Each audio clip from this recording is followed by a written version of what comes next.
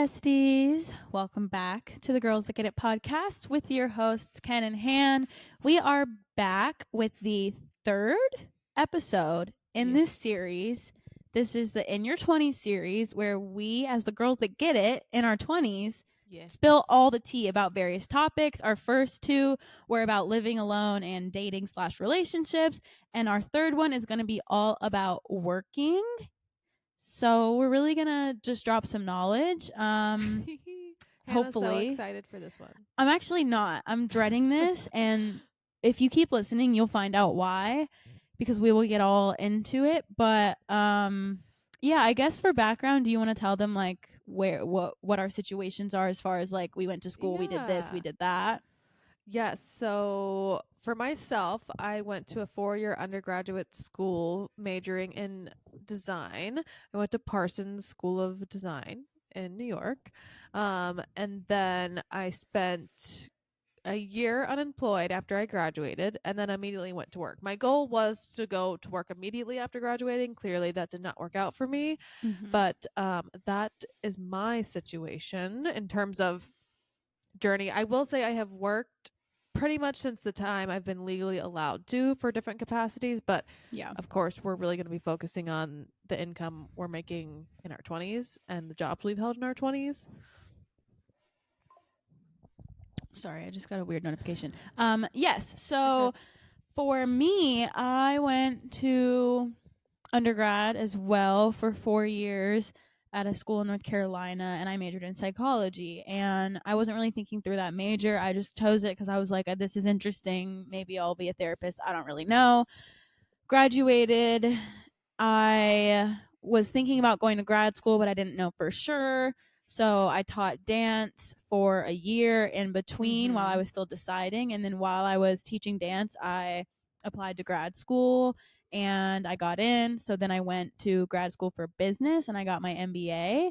And that was a year, which is shorter than most, I think. But yeah, it was a year-long program. And then I was applying to jobs just anywhere, honestly. I was applying to any position, any location. I was just looking for anything because I didn't know really what I wanted to do. And I ended up getting a job a couple months before I graduated. So when I graduated, I finished. I had 1 month between graduation and starting my job, and then I started working, and I am now working that corporate job. Then I've been doing it for like 6 months. So mine is a little more fresh. Kenna's been working now I've been at my job. It'll be 3 years in June. Yeah. Okay. So we're gonna talk a little bit about too, like perspectives on how we view work as me, somebody who just started, and then as Kenna, who's somebody who has been at her job a little bit longer. Yeah, and by no means are we coming off as experts. We're just sharing our experiences. But what I think might be really interesting, similar to, I would say, almost all of our topics thus far, we're kind of like vastly different. I think the industries that we're in are very different. I think, of course, our positions within work are vastly different. I think our skill sets are like just about anything and that you could think of is different. Yes, opposite. So we're going to give you the yin and yang perspective, because the other thing similar to all of these, it's not really a right or a wrong way. I think as long as you are financially able to provide for yourself through your work, you're doing amazing. And even if you're not and working towards that, I also think that's amazing, because I think part of being in your 20s and working is figuring that out. For many people, this is the first time in life that you are independent, providing for yourself without a guardian's, like, not control, but to fall back on. Yeah. And it's not to say that neither of us come from families that would support us and help us in the interim, but it's us to pay the bills. It's us to provide for ourselves, eat for ourselves, take care of ourselves, do all those like little mundane things that our parents used to do. Like, I just went to the DMV, which is actually the BMV here. And I just was like, my parents used to tell me what I need to bring when I need to bring it, and I would just show up and just they'd be make easy breezy beautiful. I'm just like, not anymore. Not anymore. I know. the one thing they don't tell you about being an adult. Well, maybe they do, but you don't think that it's actually going to be you until it is. And then you're like, damn, it really is just me out here. Yes. So should I start by just sharing a little bit about what I do? I'm not going to share everything, but maybe set the scene that way. Yeah, go off. So I mentioned earlier that I was unemployed for an entire year post grad, and of course that was not the plan. I applied to several jobs in school, and I thought for sure, like with how everything went in my portfolio, that I would easily get a job. And that's one thing too with a design industry. It's not just like, oh, are you qualified or do you have potential? You have to show like your work, like not just here's my resume and transcript. Here are actual things I have designed for different fields. And that's really intimidating. And I would say one of the hardest challenges about being in a creative field is like from day one, you are setting yourself up to be criticized. And naturally, people are going to love or hate what you do. And that's okay. So I remember part of being a senior in college for a design student is creating your portfolio. So I spent so much time on that. I was so proud of it. And it was soul crushing to spend a year unemployed. My biggest fear in life was always, I remember being in kindergarten asking my mom, so when you graduate college, how do you just go get a job? Like, what do you mean? You just go out and pick one at the store? You just say, eeny, like, meeny, miny, mo. Yeah. You're coming home with me. Right. And of course, I understood that you apply. Right. But I kid you not, I probably applied for over 1,000 jobs.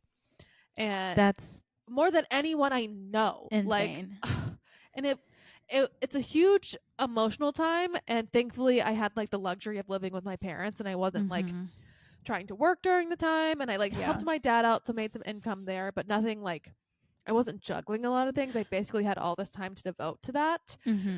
And I applied for multiple types of jobs, not just design related ones, because eventually after a couple months of not getting accepted or chosen, it's like, okay, I'll just take anything. You were like, at some point, rolling. I just need to do anything. Yeah. And at first, I was very specific about where I thought I was going to live. Like, if you would have asked Kenna when she graduated college, she was going to live in Austin, Texas, or Nashville, Tennessee. Texas. And that was it. And I was somewhat closed-minded to that sense, but I applied and searched all the websites, did all the things.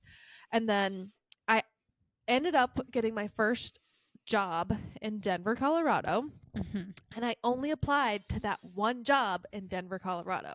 That's funny how that works. I know. And I was You can so apply sad. to 100 jobs in a different place and have nothing, and then you just decide randomly, oh, I'm going to apply it, and then that's the one. Yeah. And I applied to this interior design company, and I remember applying and thinking, oh my gosh, they will never hire me, because even though I went to design school, and a really good design school, I majored in product design. Yeah. And I was like, someone with this name attached to it in terms of the brand, they're going to want a technically trained designer. Like, there's just no way. But I was like, even if I start somewhere and work my way up, I'd be really happy to work for this company. Yeah. So I applied to the Nashville branch, the Austin branch, the Dallas branch, the San Antonio branch, the Vegas branch, the Seattle branch.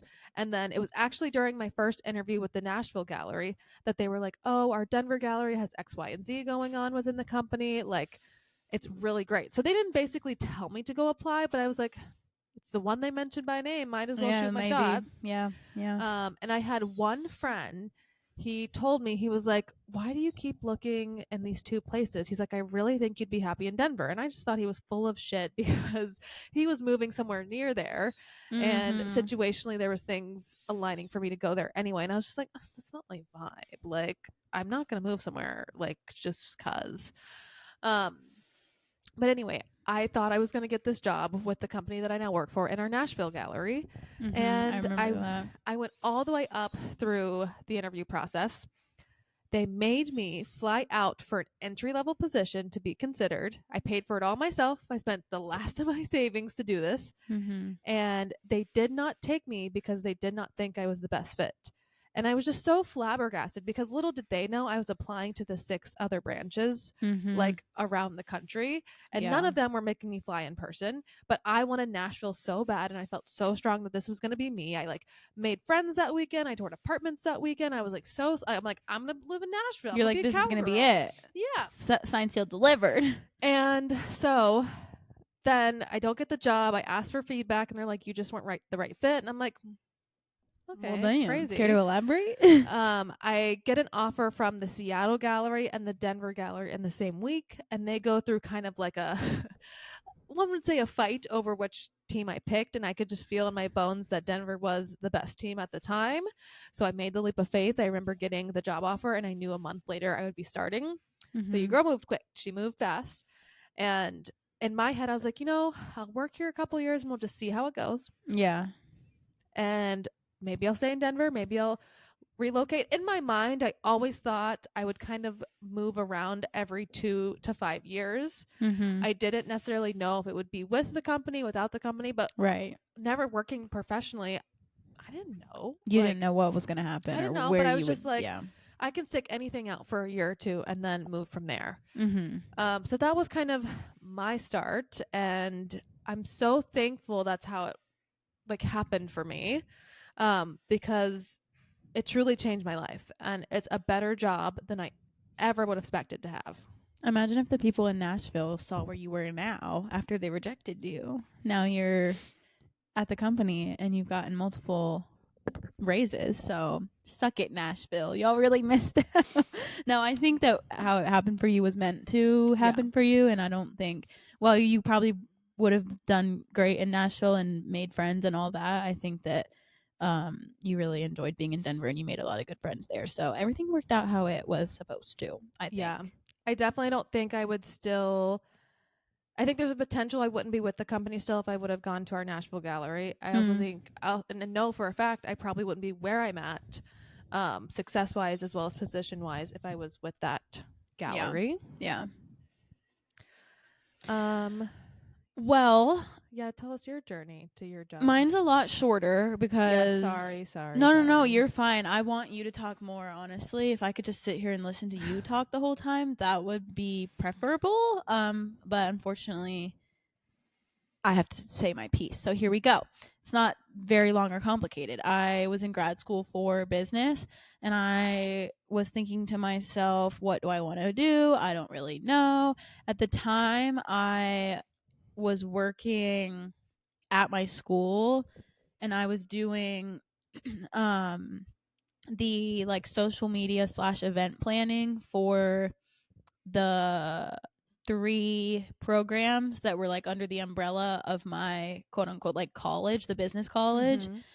And so I worked with the lady who was in charge of it, and I planned graduations, I planned like pop-up events, informational sessions, all the stuff. And then I also ran our like Instagram and Facebook page. And so I kind of, well, one, I really liked doing that because the people who I worked with in the office were just amazing. And if I could work there and it not be where it was, I would. Like if it wasn't in Boone, I would have stayed there and worked in the office with them because I loved them and that job so much. But unfortunately, my calling is to not live in Boone forever. Not that I don't love it, because I do, but for my life, that's just not where I want to be. But I really like that job, so I was like, maybe I should do some kind of marketing. Maybe I should do like some kind of like communication, social media situation. I don't really know. So I kind of applied to a bunch of jobs like that, but I wasn't being very specific. I was just kind of looking on LinkedIn and Handshake and all those career sites, and I was just clicking apply every time I saw entry level, business, marketing, whatever. And honestly, I didn't hear anything back. I didn't hear yes, I didn't hear no. I heard nothing for not too terribly long, but like I think I started applying in like May, and I was finishing in August, maybe even April. I started applying, so I kind of started you late. were ahead. Was I? Maybe I was. I don't really remember, but I do know that maybe it was March when I started applying. I don't know. I started applying though before the summer time, like before the middle of summer, because I was finishing in August and I wanted to have something lined up when I got out. And so I was just applying to random jobs, and a lot of it I didn't hear anything. A lot of times I feel like, and what they don't tell you is that companies don't say, if they don't want you, they'll just ghost a lot of times. Like they don't always say no. Yeah, especially if you don't get to the point of interviewing. Like if you're just submitting your application and they don't even want to interview you, I never heard anybody tell me no. I just heard nothing. Everybody was silent. I guess I Which, get your like, point. If you don't get an interview, they're I silent. understand that if you don't get an interview, like, they don't owe you anything, but as the not consumer, because I'm not consumed, but as the like prospective employee and the person who's Yeah. like spending time writing cover letters and uploading my resume and doing all these things, I at least wish I got an automated email saying, thank you for applying. We've chose to go with somebody else. But maybe that's too much effort and they don't owe me anything. I just got discouraged because I was not hearing anything. So I was like, okay, I don't know what's wrong with me. Like, I don't know what's going on. Like, nobody's even interviewing me. Like, if you interview me and you don't like me, that's totally cool. But like, how come nobody's even picking up my resume? So that was a couple months. And then eventually I got a email back from this company in Charlotte, and they were like, we want to interview you. And I was like, oh my God, perfect, amazing. This is the first interview that I'm doing. I love it. I can't wait. So I interview, I do. Tell the people what field this was in. This was in tech/consulting. Mm-hmm. So not what you were initially going in for, right? No, Yeah. no, not at all. And I applied to this job. I honestly don't even remember applying to this job because it was just one of many that I just clicked on. But when I saw it was Charlotte and it was whatever consulting, I was like, okay, sure, we'll give it a shot. So they interviewed me, the first interview. Well, actually, before they interviewed me, they had me take some assessment, which I thought was weird. It was like kind of like an IQ test type thing. So they had me do the assessment, and then after I did that, they got back to me and they were like, okay, like, you did well on the assessment. We want to move forward with an interview. Let's do a Zoom interview. And I was like, okay, perfect. So we do a Zoom interview. They say it's going to be 30 minutes. It ends up being an hour. And I'm like, oh my gosh, like, why are they talking for so long? And that's what my dad said when we finished. He was like, oh, that's better than it being shorter, because if they cut you short, then that's them knowing already that they don't want you. Right. But because we went over, they, I guess, were interested enough to want to keep talking. And I thought it went pretty well. I kind of blacked out and like I don't really remember what the heck they asked me about. I just remember specifically they asked me one question that I was like praying they wouldn't ask me. What was it? It's my fault for putting this on my resume, which it's not a lie because I definitely did it. I put under the skills section some like software that we used in my business analytics class, because we used it for the whole entire class and we based our entire final project around this freaking software. And I put it on there because I wanted to seem well-rounded and less like, I wanted to have some technical skills besides just like soft skills on my resume. So I put it because I knew about it and I used it. And so it wasn't like I just fully fabricated, but I definitely wasn't an expert. And they asked me about it. And I was just like, oh my God, of course they're asking about this. So I don't even know what I said, but I guess it was good enough. And I honestly don't even think that they knew what the software was or is. I think they just wanted to see what I would say. Yeah. If I could like back up my claims. So I think I did good. I don't know. And then the interview was over and I was like, oh my gosh, that was so scary. But also like it went well. And I really liked them. I thought it was with two guys. It was with two of the like people who started the company. Yeah. And so it was a really small company, or it is a really small company. And I really liked the guys. They were young-ish. I mean, they're in their 40s. They weren't like 90-year-old men who are traditional corporate people. They were pretty young and hip seeming, and they were super nice. And I was like, these guys are awesome. Like, they seem like they would be good bosses and people to work with. So as far as I knew, I liked it. And to be honest, I probably didn't ask as many questions as I should have about the job. I did ask just the standard things that you ask an employer because you need to seem interested. And if you have no questions, then that's kind of a red flag. Totally. But I don't think I asked the right things for me to get as much information about the job. I was just excited about, oh my God, it's an interview, like people are interested in me. So did you get the offer after one interview? Yes. Damn. And I don't know if that's good or bad. Part of me thinks like red flag, why do they want me so fast? And the other part of me is like, I blew them out of the water.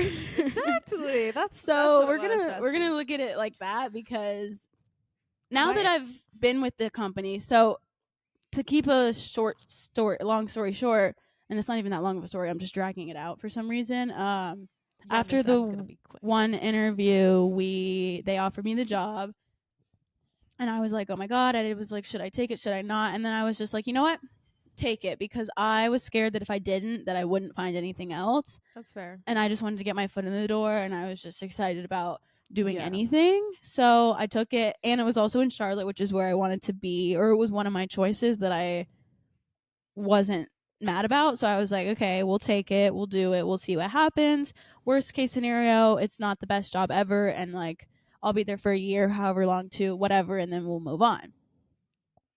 So that's the company that I work for She's now. currently working for, yeah. And yeah, it is I it's think been like 6 months since I started. 6, 7 yeah.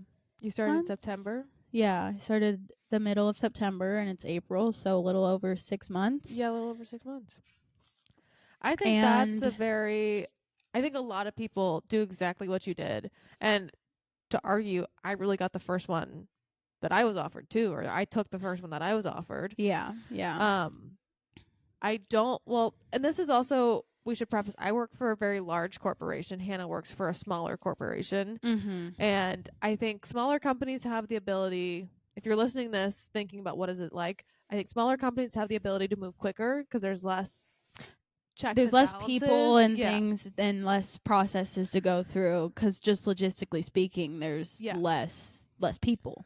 Which I will say, at least in my experience, and again, applying for lots of jobs at lots of different size corporations, it typically takes, I would say, around a month. Yeah. For me, like, and it's multiple interviews, at least 2, if not 4 plus. Yeah. And it's not that it can't move faster. It also depends on the needs of the business and all those things. But I think the fact you did one interview and got offered is truly remarkable. I think you did wow them because, like, I guess I did, and I feel like my interview skills, at least with them, were pretty good. Like I felt good about it, and once I started, I was thinking to myself, why did they pick me? Because this is just not because I don't know what I'm doing, but I kind of didn't. Like when I first started, I did not know what I was doing, and and here's the thing, most people don't. I kind of still don't. I mean, of course, if my boss is listening, I do know what I know. I would tell my boss. My boss literally told me that you just got to fake it till you make it, basically. Right. I mean, that's Which, part like, of being working for the first time in a like corporate environment. Definitely. And I guess we can kind of get into this a little bit more in a minute and stop talking about like our journey. stories and how we got We're here. just laying the foundation for the But fans. when I first started, like the first week, I was like, holy shit, what did I just do? Like, I don't know anything at all. I'm not a tech person. I am not like, She's not a woman in STEM. how did I get this job? Like, I genuinely don't know why they picked me. Like, I was just so confused and baffled and confused. And I kind of still am confused why they picked me. Not because I think I'm not good enough, because I know that I am really smart, and I'm sure that I wowed them, and I can do the job. I'm a competent human being. I have a business degree. Like, I get it. I'm not stupid, but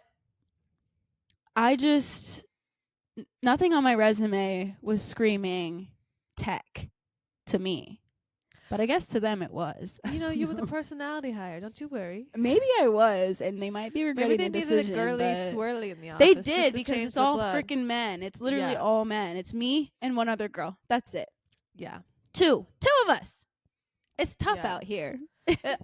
Dude, I cannot imagine working in a male-dominated field because that's simply not for me. It sucks. Men are the worst. It's fine, but it's just like, damn, this is Especially in the lot workplace, of you're gonna male energy you ain't gonna around. tell me shit. Yeah, Not yeah. this girl. I think you said something really well. Like, it made me think of like when you were talking about you didn't know what questions to ask because it was really your first interview, and I think so many people can relate to that. Mhm. Like, part of interviewing is just practicing. Like, literally. I didn't get good at interviewing until doing it for almost a year. Yeah. I also spent my entire senior thesis in college designing a game that helps you interview because, ironically, I didn't want to be unemployed after college. So, as a product design major, tried to find something I could physically make to like that also alleviate helped that. me Yeah. prep for this job market. And there's still so many jobs out there that don't take the requirement that Hannah and I have in terms of maybe they're not full time, maybe it's not, I'm trying to think. It's not just full time, but it's like, I don't know. Yeah. Well, and I think too, back to the thing that you just said that I said about I didn't know what questions to ask. Mhm. I think a lot of times you won't know until you go through it because, and even maybe until you have your first job, because I was taking all of the career classes in my business program and they told us all the questions that you should ask when you're interviewing. But I'm telling you right now, Out the window. those questions, one, I don't, gone away from my memory when I'm in front of the interviewer. And secondly, like, all of those questions are logistically logical questions to ask. Like, it makes sense and it's things you need to know.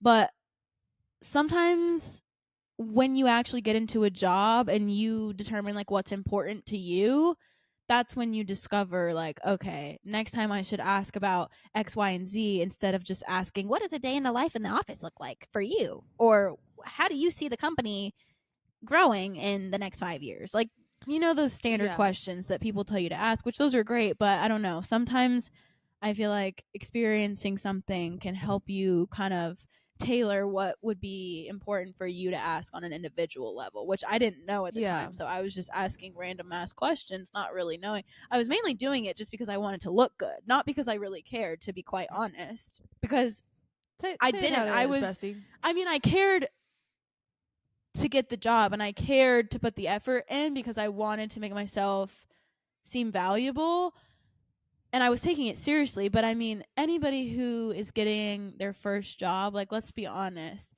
if you're applying to a bunch of companies, unless you have this one company that you've dreamed of working for your entire life, you're not picking a company on an individual basis. At least in my scenario, I was just applying to marketing, communications, this, that, the other. So to me, when I saw, oh, Smith and Company is hiring for a marketing communicator, I did it the opposite, actually. I'm not interested. I don't know about Smith. I don't know anything about Smith and Company, so I better go look it up so that I kind of know some stuff that I'm talking about when I'm interviewing with them. Yeah, which is smart. I definitely took more so the approach of like thinking of brands that I liked and then seeing what was available as opposed to going to like a LinkedIn and being like, oh, this is open, let me just apply. Yeah. But I think that also starts to touch on our somewhat different, I don't even want to say opinions, but just circumstances behind our jobs, which we can kind of dive into if we want to transition into that. Yeah. I think laying that groundwork, though, makes a lot of sense. So as we talk about more tangible facts about working in your 20s, you at least know from the perspective of which we're coming from. And the first thing I put on my list was to be realistic in terms of, I do think our generation and even those younger than it, social media has kind of created this false narrative of like, oh, you just make these lists of demands and you're met with them. And unfortunately, that's just not the case. That is not reality for 90% of people. I also think I graduated in the peak of COVID, and I think COVID in general has made people think, oh, I can just work remote and make a very comfortable salary. And unfortunately, the harder jobs require you to show the fuck up. Also, the jobs that make you do more physical work or mental work, whatever way you're contributing to your corporation, pay you more money. There's very few people I know that make a lot of money, love what they do, and it's easy. And it's minimal effort. Yeah. And I think there's somewhat egos in the game from our generation. And I'd encourage anyone listening to this is, of course, advocate for yourself, and we can get more into that a little bit later. Yeah. But go in knowing you're the entry-level employee. You are, in fact, replaceable. Oh, yeah. And I think in a heartbeat. If you were to talk to like our parents about when they started working, when they were in their 20s versus us, I think that they would say that our generation is entitled. Like Very much so. we think that our shit don't stink and that we're just like incredible and that we are the prize, when in reality, like, I'm not saying don't know your worth and, like Kenna said, advocate for yourself, but at the same time, like, you're the lucky at the bottom of the barrel. Like, let's bring it back down Yeah. to earth, because we all start Yeah. somewhere. And I think, like you said, social media and the internet has kind of changed the culture around working in corporate, and especially since COVID too. Now that, like, Yeah. people have been able to work online and remotely and make a living, I think now everybody just thinks, well, shit, let me just make $100,000 salary by Yeah. clicking a button. When in reality, like, that might not always be realistic, like you said. No. And each field is different. I would do a lot of research of really what is realistic in your field. I think some people pick a career or even more so a degree based on the starting market rate for that job is. Yeah. And I just would say that's so far from the truth. There's jobs Mhm. that pay far more and jobs that pay far less.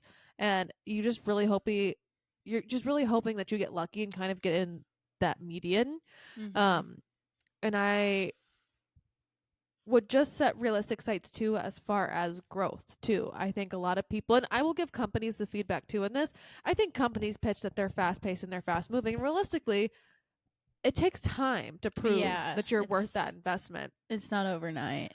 And I remember the first time someone sat me down because when I first started, I was on this fast track of I want to get promoted, I want to do all these things, I want to make this much money, I want to like take on more responsibility.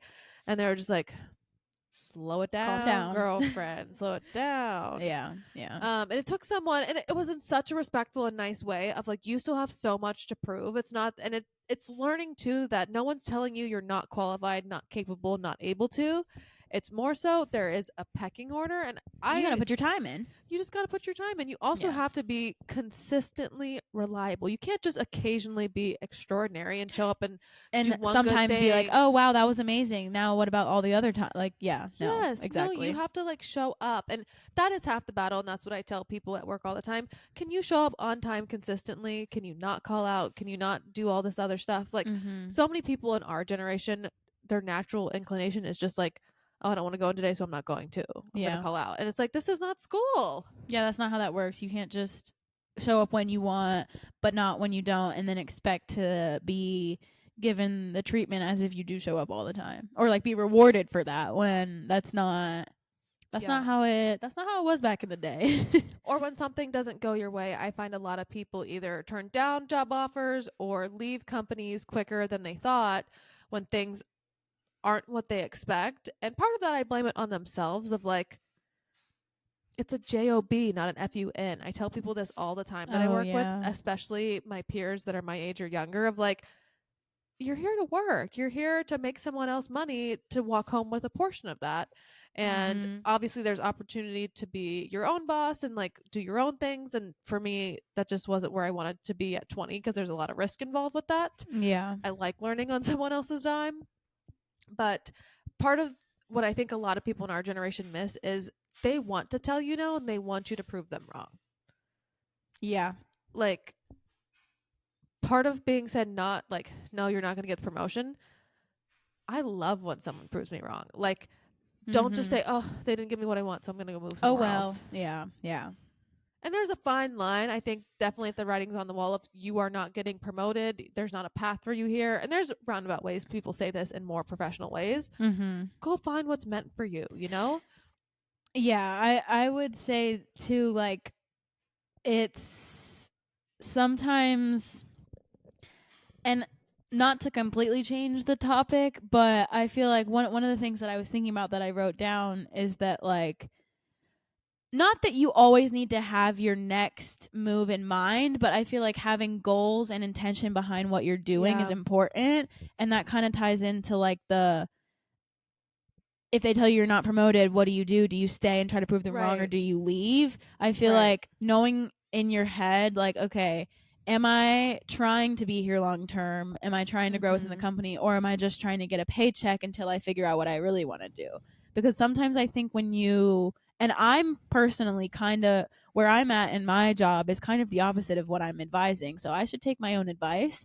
But like, I think when you're just sitting at a job and you don't really know in your mind like what the plan is or where you're going or where you want to end up, I feel like that can lead you to get stuck in a job that you Yeah. either don't like or stuck in a job where you're not growing and you could be. Yeah. So, I don't know, but yeah, I feel like having a plan and always having like an end goal in Yeah. mind is a good thing to think about when you're in the corporate world, because I promise you, like, if you left tomorrow they would replace you. Yeah. Not saying to leave your job because you're No, please replaceable. don't. Don't do that. I'm not saying quit your job. Definitely don't. But I don't know. I feel like if you I Yeah, don't know where I'm going with this, but I get what I hear you saying is, and I wrote it down as one of my bullet points too. It's really about a mindset. yeah. In terms of like, I can really only speak from my perspective. I have always viewed my 20s as like the rebuild era. Of Mhm. course, I think it's the time of my life. There's so many wonderful, fun memories from each chapter in my 20s. But at the same time, I'm intentionally working really freaking hard to build this life that I want. Yeah. And it's not to say as soon as I turn 30, it's going to be easy, coasting, whatever. I still think there's plenty of obstacles ahead, as well as times where I got to put my nose down and grind. But I intentionally would rather take away certain things right now from my life to have it one day. Definitely. I think that's a good way to look at it. And you touched on the opposite though, of like a lot of times your 20s is for figuring it out, and it might take, trying a couple jobs out to find what you're really passionate about, or realizing, hey, corporate America is not for me. I don't want to sit at a desk. I don't want to clock in and out at 9 to 5, oh and I yeah. want something a little bit more flexible. And it is a lot of trial and error. So I think just decide, and it's an evolution, but like establish which one of those you're aiming for and then go for it. Because if you go in thinking it's one thing and it's not, you've got to learn to pivot.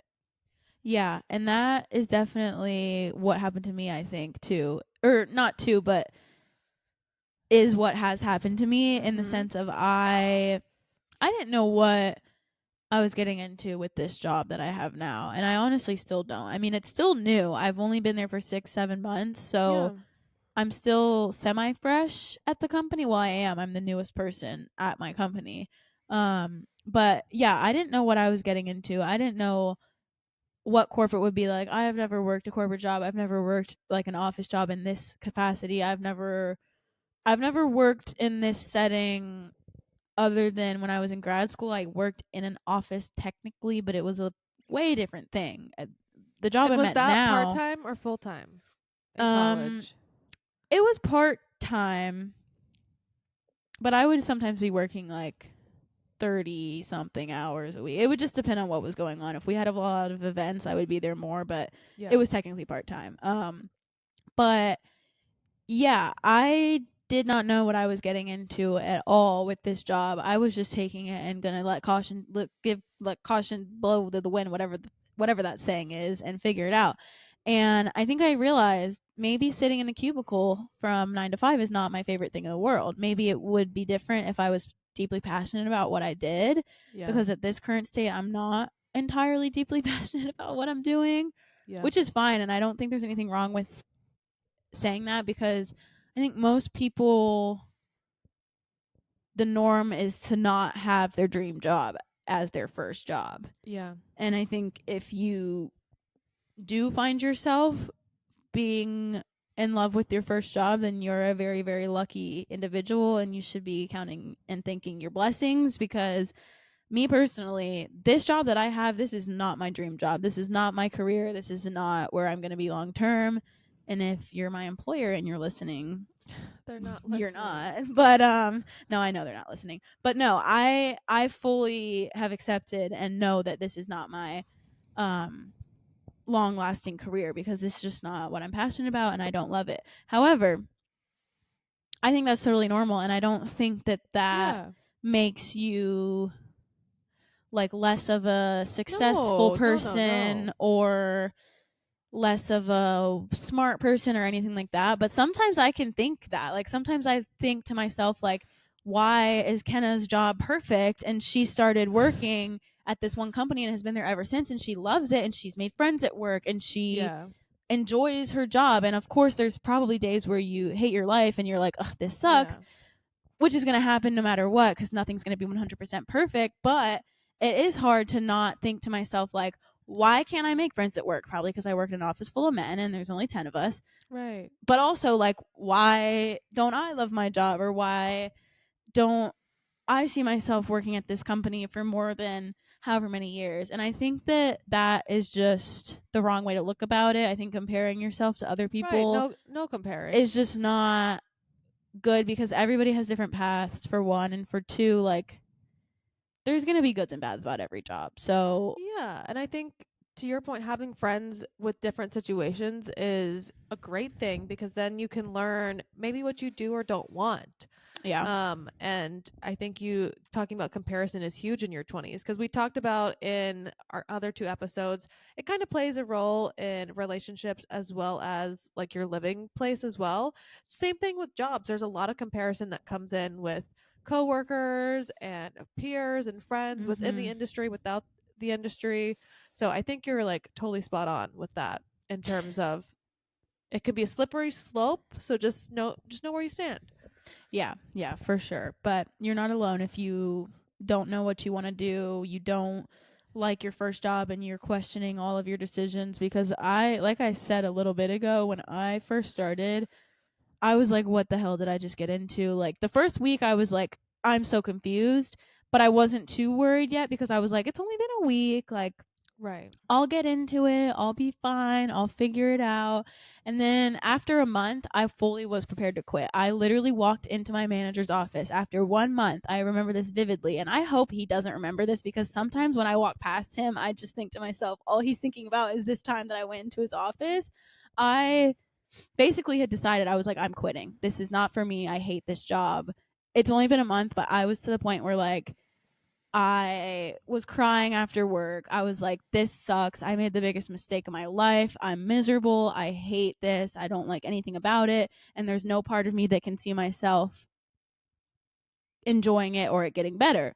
So I was like, I'm quitting. I don't give a fuck. Everybody's going to be mad at me. My dad's going to hate me. My mom's going to be disappointed. Everyone's going to be like, What? you're stupid for quitting after a month. But I was like, my mental health, I would rather fucking work at Starbucks than work at this job. Like, I was that down bad.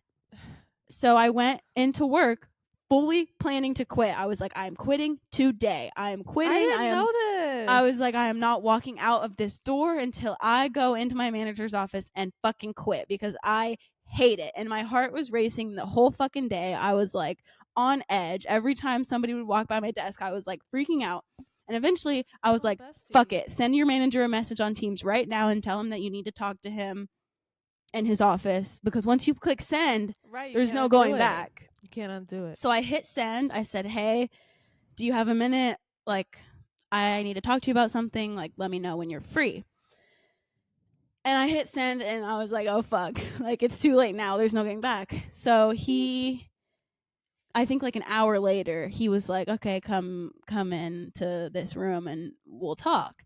And I was like, he oh, was fuck, shaking oh, in fuck, his oh, fuck, oh, boots. fuck. I know. And he was probably like, what is this girl who just started a month ago? Is she already quitting on us? Well, I was trying to. Anyway, I walked in there and I was like, so I don't know what to say, but I just feel like I'm having a lot of anxiety right now. And he was like, I didn't realize that's what you said. oh, yeah. And he was like, about what? Well, at first I was standing. And then he was like, about what? Like, have a seat. And I was like, okay. So I sit down and I was just like, Pop off, bestie. I'm so proud of you. I was like, honestly, insert boss's name.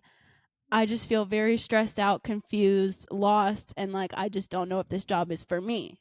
I said that flat out to my boss. That. Meanwhile, he hired me fucking 2 months ago, and he's probably like, what the hell?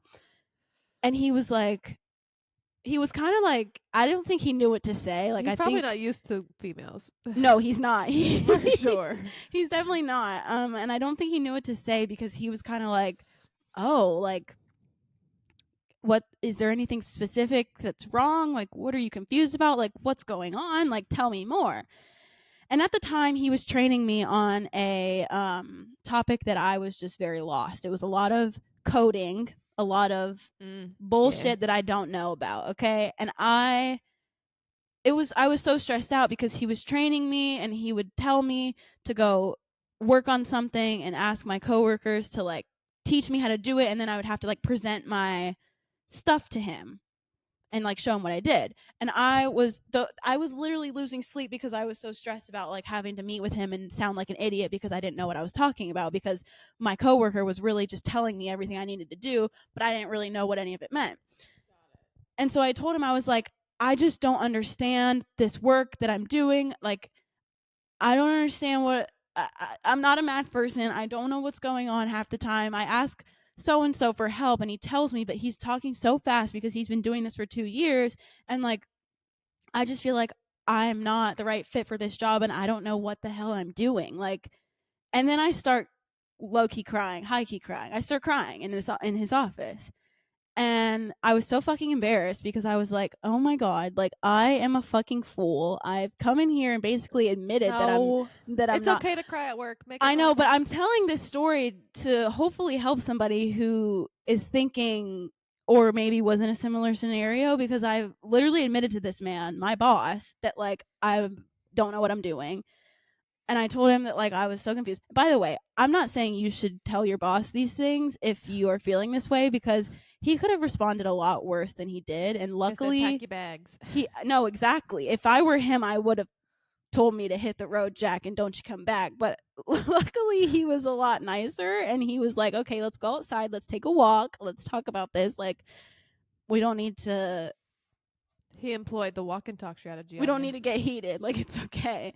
And I was like, okay. So we went outside and he's basically just like, how can I help? Is there anything I can do to make this better?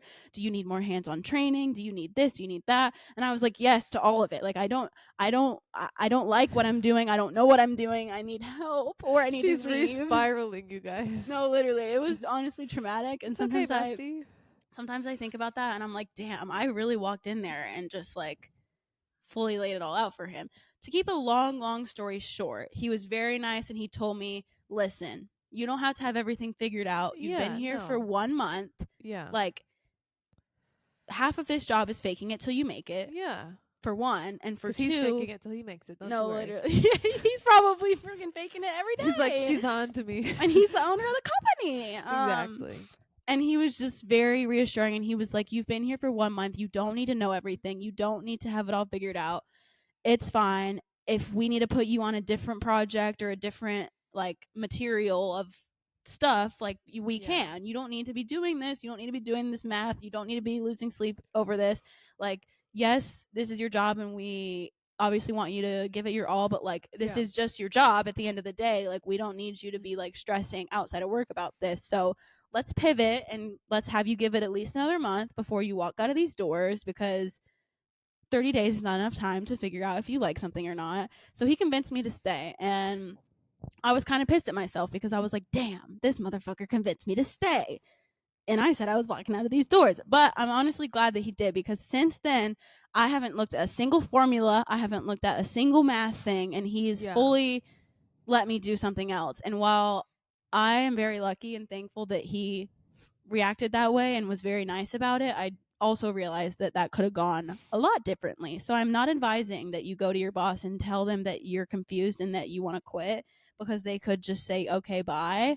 But yeah, I'm saying all of this to say it's totally normal and you're not alone if you get into a job and you think to yourself, what the hell did I just do? Because that was me. And I still am not obsessed with my job, but it's a lot better and I'm not crying after work, which is honestly a huge the win that we're gonna take.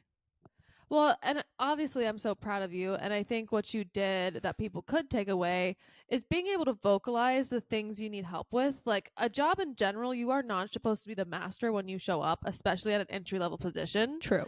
And part of a hiring manager or manager's role in general is to help you. They look just as bad if they hired someone and they left after a month. So there's also incentive for them to help you along. And realistically, most people in leadership and management roles got there from tenure, not necessarily skill. And Yeah. so you're Yeah. lucky you do have a manager that has the skills to teach you, as well Yeah. as cares, to your point, to say, I don't want you to feel this way. Here's what we're going to do to solve it. So I agree with Han where you don't have to go necessarily pour your guts out like that. But Yeah, I wouldn't advise. But I also think we have the stereotype around jobs where like you have to be so professional, and the truth is if you're doing good work that matters, there are some times where you just need that confidant to say, listen, this fucking sucks today. I feel like shit, blah blah blah blah. And you Yeah. need those people to pull you out of it. So I think you Yeah. did the right thing. I'm glad your boss reacted that way. And I think there's instances from that situation that everyone could take as a learning lesson. Definitely. So I didn't mean to yap. I'm looking at the clock now and I'm realizing I just talked for a really long time. It's okay. And kind of got off track. But I'm just saying that all to say that We could I didn't have it all definitely figured it out, and I didn't at the time, and I still don't. Right. And truthfully, that's just the rest of our lives. Yeah. Ain't that the truth? It's just going to look like that. And the sooner that people become comfortable being uncomfortable, whether it's asking for feedback, saying you don't like something, saying you want to go in a different direction, like the sooner you get to your end all be all in terms of happiness. And I was listening to a podcast the other day, and I think Michelle Obama said this. We're definitely living in a generation where our success is determined by our happiness. Mm-hmm. And there's a lot you have to give to this world in order to get from this world. Mm-hmm. And she talked about it in a political sense, which I'm not very political or, all those things. Yeah. But I kind of view that in terms of jobs as like, you get in what you put in. If you clock in, you clock out. That's all. You're just getting a paycheck. Yeah. Where exactly. I think hopefully what your employer saw too is like, this girl cares. She cares enough to be like vulnerable with me. And there's times where, similar to you, I'm like, I'm going to really put myself out here. And if it doesn't land, then maybe this isn't for me. Yeah. Yeah. Because that's, at the end of the day, a good piece of advice I would say is like, just be your authentic self. Like, it's not worth putting on this show or this like front of like someone that you're not, whether it's your outfits or your skills or your like, just be yourself. Something that you kind of touched on that we can circle back to on one of the things that I wrote is, especially when you're starting a job in your 20s, we talked about it's not going to be perfect, but I really live by this theory. There's 3 things that most people want to make a successful job: good pay, good schedule / good time off, and then also enjoying what you do. And I would say, even in your most tenured, CEO of boss of boss of boss, it's very rare you get all 3. Yeah, it's like the social triangle where Yes. you can only have 2. Yes. Which I definitely think is true. And you got to pick what's most important to you. Yeah, and right sometimes now, you have to pick and choose. Yeah, Hannah and I think each have different 2. We do. Like I would say the one that I struggle with the most is my schedule. I don't work a typical like Monday through Friday, 9 a.m. to 5 p.m. Yeah. And it flexes relatively frequently for a job, in my opinion. Yeah. At the stature of what I'm doing, at the level I'm doing it. But the fact I love what I do and I get compensated in a way that I think is very fair, it balances that part out for you. Yeah. And how I think of it is, again, back to that mindset, there will be a time in my life where that schedule will not work for me. And whether it's me putting in the time in now, I'll be able to advocate and say, here's my new desired schedule because I've worked my way up the ladder. Yeah. Or I will find a job that can provide that. And luckily for me right now, I'm not really close to having that be an issue. I think it's given me a good perspective on life by working this schedule. And when I say this schedule, it's looked like a lot of different things right over the past 3 years. Did I touch on not living for the weekend? Nope.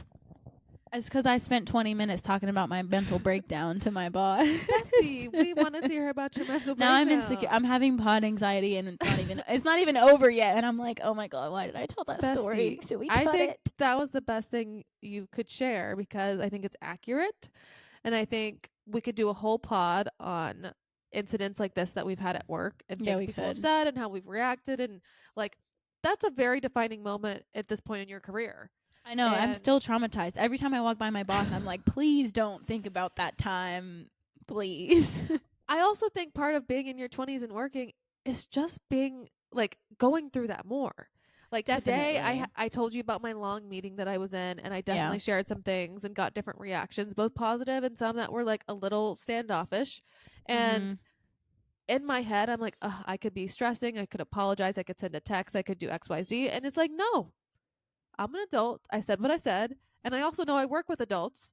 They're gonna interpret that, and we'll get through it. Like, Yeah, and also a lot of things that happen at work, like majority of the time, at least if you're working with the right people, it's not personal. Like people, I think no, I struggled in the beginning when I would get negative feedback from my boss when I was learning the topic that I didn't know anything about, and he would tell me, "Oh, like this doesn't really make sense. What are you talking about?"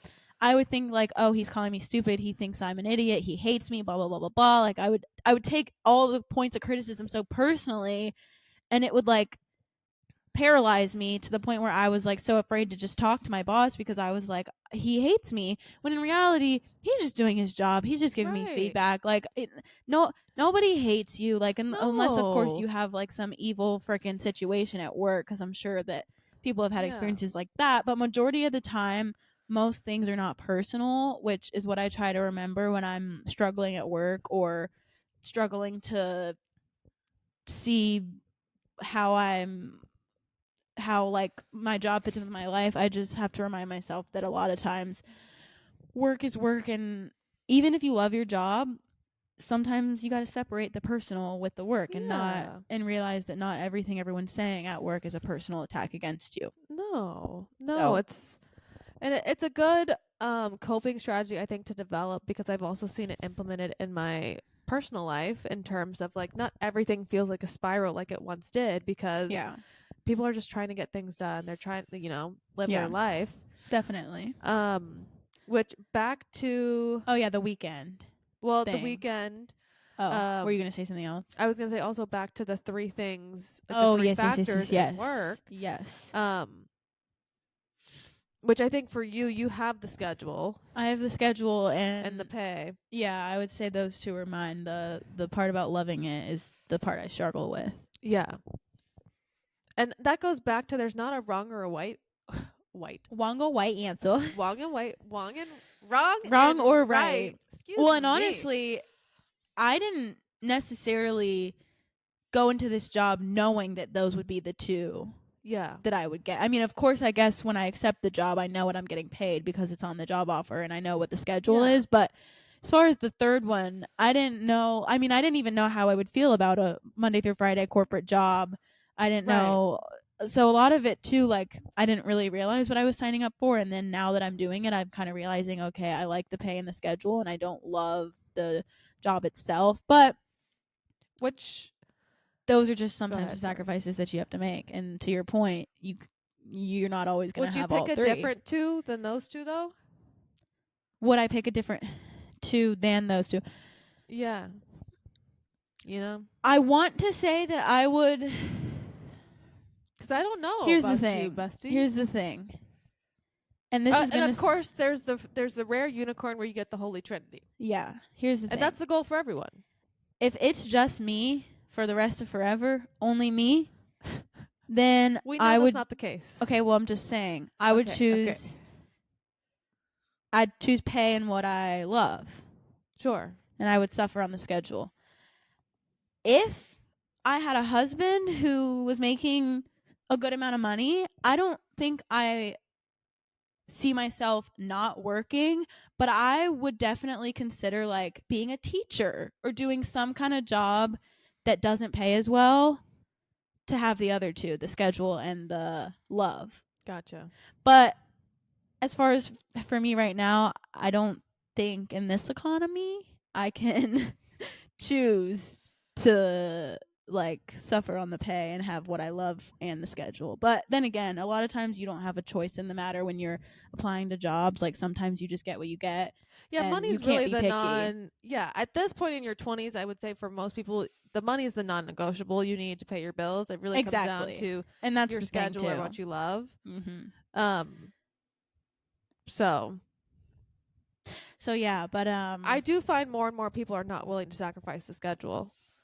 I now that I have worked a traditional like Monday through Friday schedule, it is really, really nice to have the Saturday, Sunday off. I feel And like you've always had Saturday, Sunday off though. yeah, I low key have. You've never been a weekend girl.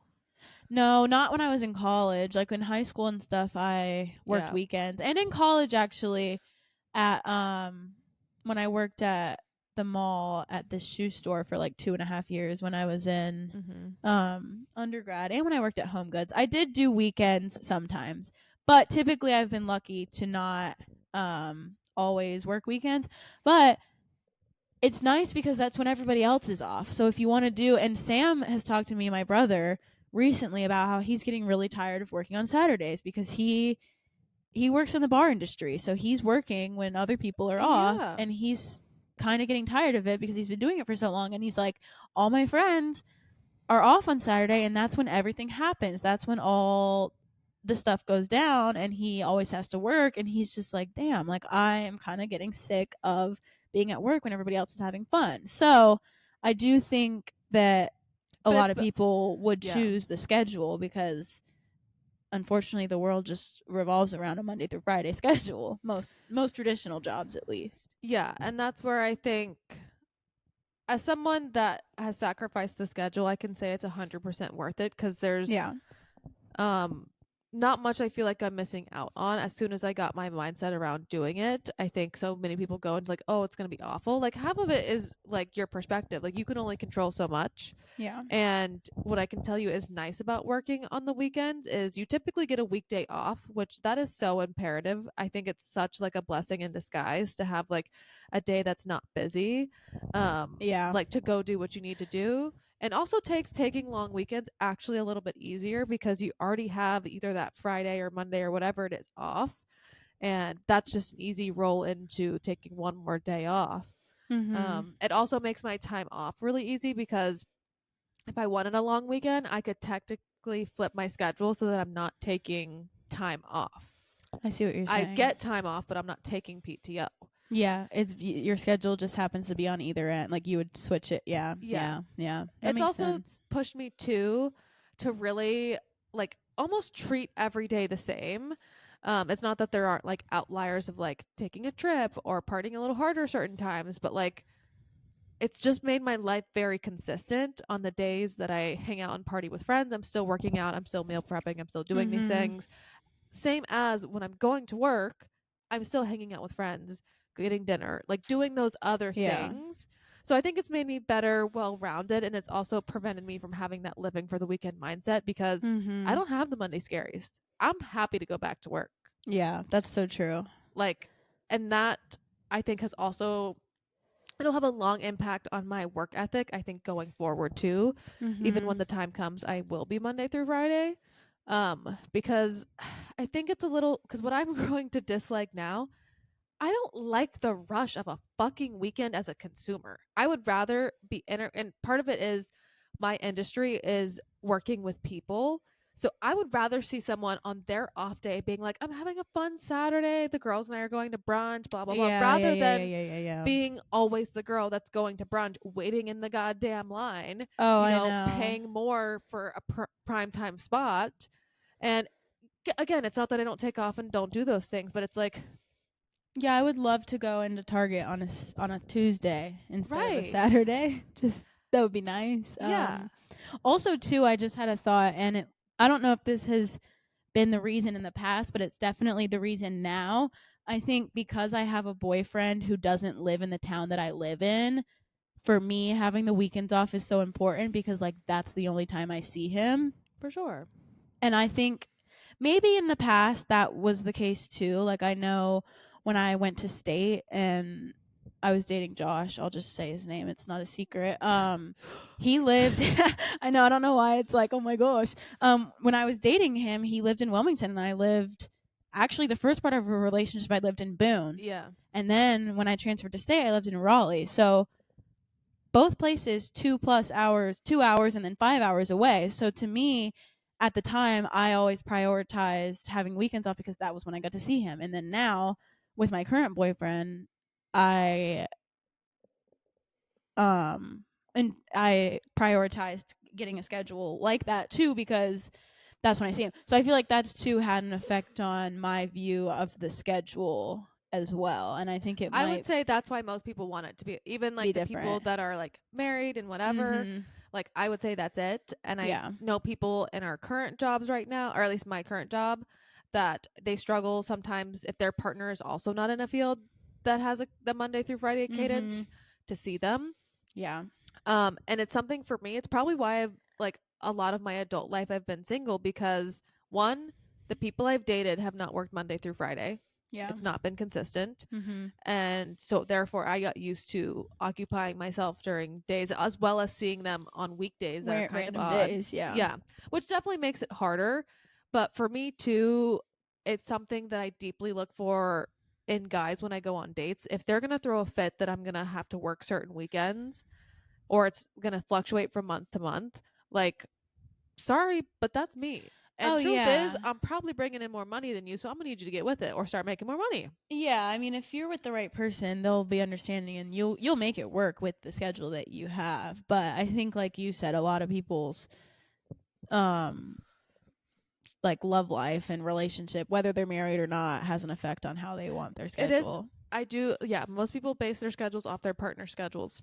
Yeah, which I wonder. Well, I don't know. Most jobs that I was looking at was a traditional 9 to 5 schedule because they were traditional 9 to 5 jobs. But now I'm like, I don't know if corporate's for me. Like, I think all the time. Well, all the time. I've thought a lot lately about, and this is the thing. I have never had like one calling that I'm like, Yeah. I want to be this. I want to do this, which I think is a blessing and a curse. However, I have thought a lot to myself lately. I'm like, okay, I went and got a business degree for what? Like, what am I using this degree?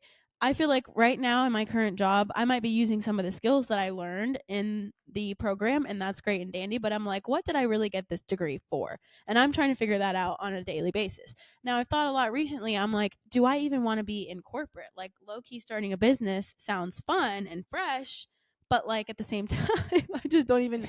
You I go don't work even. 24/7, 365 Oh, I days a know. year. But part of me is like, maybe that would be more me, and maybe that would make me more like For sure. happy, because right now sitting at a desk for 8 hours a day is just not sparking joy with me. Yeah. And I don't know if it's because I'm sitting at a desk or if it's because of the job itself. I haven't had any other like 8 hour desk jobs. So I don't know if I would feel differently if I loved the job. But part of me is like, I want to be on the move. Like, I don't want to go into the same, I get it. None of my days look the same. and I don't want to go into the same place and do the same thing all day long. I kind of want to be moving and grooving on my feet a Yeah. little bit, going from one place to the other. So I don't know what that looks like for me, and I don't really know why I'm bringing that up. But No, let's get. it's Okay, just entrepreneur. just a thought I had. But the problem is like, because I don't know what I want to do, there's like 10 different things that I could see myself doing. That it's like, how do I choose? I think just start trying, girl. I know, You but never like, know until you try. it's in terms of starting a business, you kind of can't just like pick a Well, we million can different things. brainstorm. You We can kind of gotta offline. you kind of gotta decide. Well, But true. And a business requires a little bit of that investment up front. for sure, In terms of you, like, as a creative, a lot of my peers have chose to do a little bit more of that entrepreneurial freelance contract work that's not a consistent, paycheck. And it's not to say that they couldn't, like, they make a lot of money when they're hot, but I didn't want to deal with the, oh my gosh, I have a slow month, I can't pay rent. Yeah. At least until I built up, like, to a place where I could be comfortable. Yeah. I 100% see myself owning my own company at some point, or doing something where it's my name to the consumer rather than for someone else's company. Yeah. So I definitely encourage people to look into that. And what I've learned, there's not really a right time. When you want to do it, just full send it. What I can advise people to is, to Hannah's point, learn what type of interactions will make your day fun. Yeah. Like, even though my schedule, I don't have 100% control over, I do get to pick what I do every day. In terms of when I'm in that building, it's what I need to do to drive my business forward. of course, to contribute to a larger team. Yeah. But I have a lot of freedom there where I'm not like I don't have tasks given to me by someone else. Like, sure, there's things I do to contribute to the team, Right. but I don't somewhat get told what to do, if that makes sense. Like, I get to help decide those things of what's important. And in terms of, I do have times where I'm sitting by myself at a desk working on things, but I also have a lot of times I'm up talking to people, presenting to people, like very human interaction. And that's something I didn't think I'd want it, and I now love it.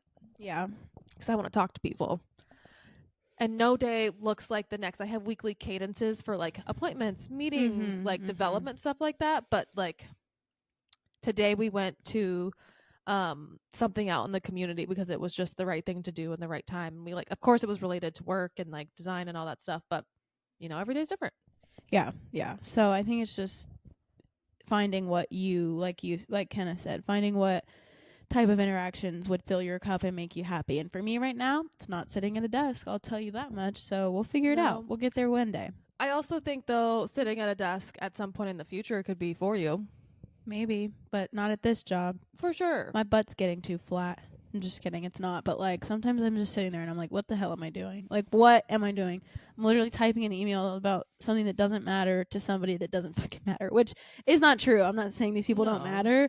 But sometimes I just am sitting at work and I start having existential crises and I'm like, what's the point of all this? So I don't know. Maybe that's just me. But you're not alone if you're thinking that. I'm saying all this to say, I'm not trying to be a negative Nelly or a like Debbie Downer or a whatever. I think that goes back to the topic that we started with of viewing something as a job.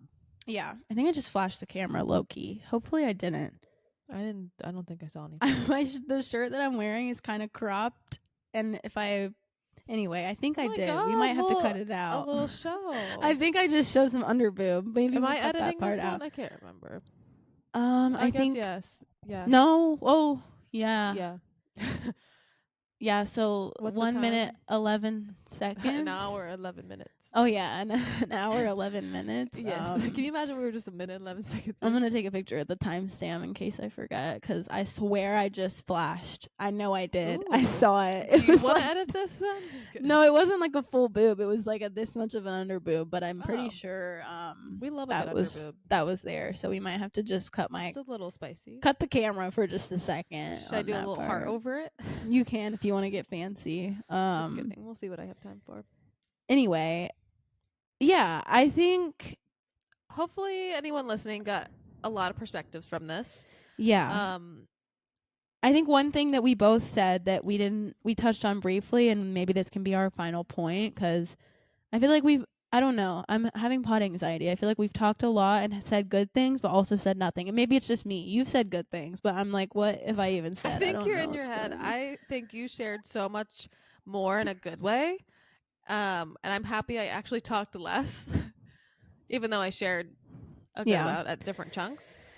Yeah, okay, I'll calm down then. Did you want to add one last thing? Yeah, our final point, as the girls that get it, is to just advocate for yourself always. Because what they don't tell you, especially being me working in an office full of men, and I know that this is the case not in an office full of men, but just across the board, you just got to advocate for yourself, whether that means pitching your salary negotiation, whether that means standing up for yourself in the office and being heard if you have an idea, or just being your own biggest cheerleader and advocator. Because I will tell you something, it's cutthroat out here. It can be. And like, I'm not saying this is the Wolf of Wall Street, but what I am saying, girl, for me it is, I am the wolf on Wall Street. Is that at the end of the day, they are caring about numbers. Okay, so you got to remember that nobody's gonna advocate for you but you. Yeah, if you're not asking for it, you're not getting it. Exactly. That's where we're going with this. Shoot higher than you ever think. Definitely. Yeah. In terms of numbers. Oh yeah, for sure. So you just gotta advocate for yourself and really know your worth. And again, we said at the beginning of the podcast that like you're not gonna be the showstopper all-star on your first job. So like, don't be surprised if you don't get everything that you ask for. But at the same time, like, be somewhat realistic, but like be it's never realistic, bad to but still ask. advocate for yourself, because like Kenna said, if you don't ask, you're not going to get it. And certain companies, and hopefully you find the right company where this isn't the case, but they'll walk all over you and Yeah. Oh my they'll god. just use you until you're dry. So you really should got to be following up yearly for merit increases, regardless of a promotion. And then I would also say, in terms of your compensation package, whether it's when you're starting or whether it's when you're getting a promotion or moving positions, whatever that might look like, um, ask for a lot of things. Ask for what you feel like is appropriate for your next steps, regardless of what's listed or what people in front of you have done. And then here's the thing. The worst they say is no. Most people, when you've got to the point of talking about money, are not going to turn you down because you asked for too much. They will just come back and say, we can offer you X. How does that sound to you? Now, I'm not someone, like, sure, you might go back and forth one time, but at some point you have to realize they're not going to meet you where you're at, or you're overshooting yourself. Yeah. So there's a point you do kind of have to, like, even the playing field, Mhm. but you know, like, you don't have to just take everything that's presented. You can do a little wheeling and dealing. Exactly. So don't forget that. Advocate for yourself, and that's really all that I have to say on You did that. a great job today, bestie. Thank you. Think you really carried the team. Hopefully for everyone watching, you got two wonderful perspectives of what working and being in corporate America is like in your 20s. Maybe at some point we can give you a perspective of what not being in corporate America looks like if either of us ever change jobs, which Definitely. inevitably will happen, for one, if not both of us. Who knows? Comment down below if there's more job related questions. I feel like, similar to the topics we've done in the first 2 episodes, there's so much more we could, dive deeper into, whether it's questions to actually ask in your interviews, things we wish we asked, things we wish we knew, how did we make certain decisions, like, just should we become know. the corporate girlies of the No. Should that be our niche? No, I'm kidding. No. Girl, you have gone too far down the rabbit hole. we don't have a niche, and I think that's Says the one that just problem. said, I don't want to be in corporate America anymore. I know, but like, let me capitalize on what I know and then move on. I also think if you worked for a larger company, you might feel differently about certain things. Like, They you both think I have would their like pros it better and for certain reasons. Yeah. Why do I feel like I would like it less? Because it's like less personalized and even more cutthroat. You know what I'm saying? Like if I worked for the, like, the movies where like the New York editor is like the boss bitch. If I worked for one of those companies and I went and crying in their office telling them that I didn't want to know what I was doing, they would tell me to get the fuck out and never come back. You would also know. I don't think you're interested in being a journalist, ma'am. I might be low key. Well, then we can chat about that. But there's some things that just have to be standardized. I feel like in smaller companies, a lot of things just kind of get swept under the rug because, Yeah. we might not have our catered lunches that you have every day from DoorDash, but that's true. Yeah, I see your point. There might be some other things that we get that you don't get. Yeah, I see your point. Maybe we can discuss this more off camera. Yeah. Or maybe we'll do another episode. Maybe we'll do another episode. We're the girls that get it. So subscribe, like, comment, and you can take it from here. Really, that's it. See you later, suckers. Bye. Bye. I'm struggling to turn it off. Is it still going? Yeah. Oh, hold on. Yeah.